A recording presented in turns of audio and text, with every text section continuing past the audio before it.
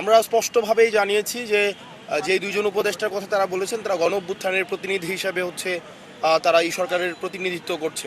আমরা গতকাল আমাদের প্রধান উপদেষ্টা অন্তর্বর্তীকালীন সরকারের প্রধান উপদেষ্টার কাছে আমরা জানিয়েছি যে খুব দ্রুততম সময়ের মধ্যে বিচার সংস্কার এবং নির্বাচনের রুটম্যাপ প্রকাশ করা।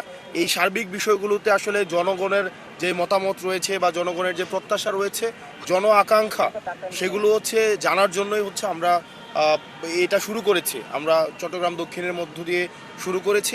আমরা সারা বাংলাদেশে আমরা এই এনসিপির পক্ষ থেকে আমাদের মানুষের কাছে এই যাওয়া অব্যাহত থাকবে। দেখেন, এটা রিসিপ্রোকাল একটা বিষয়। এটা আমাদের চিন্তা, আমরা কিভাবে ভাবছি, আমার দল কিভাবে চিন্তা করছে এই সার্বিক বিষয়ে বিচার এবং সংস্কার এবং আগামী নির্বাচন নিয়ে আমরা কি ভাবছি সেগুলো মানুষকে জানানো, মানুষের চিন্তাগুলো আমরা জানা।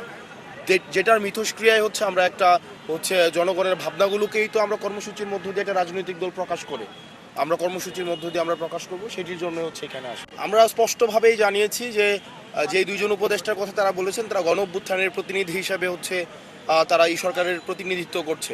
তারা কোনো রাজনৈতিক দলের প্রতিনিধি হিসাবে না, এনসিপির প্রতিনিধি হিসাবে তারা এই সরকারে নেই, বরং এই গণ অভ্যুত্থানের সবার প্রতিনিধি হিসাবে তারা এই অন্তর্বর্তীকালীন সরকারের প্রতিনিধিত্ব করছে। তাদেরকে একটা দলীয় পরিচয় করানোর মধ্য দিয়ে তাদেরকে যে ট্যাগ দেওয়ার চেষ্টা করা হচ্ছে, এই বিষয়টিকে আমরা নিন্দা জানিয়েছি।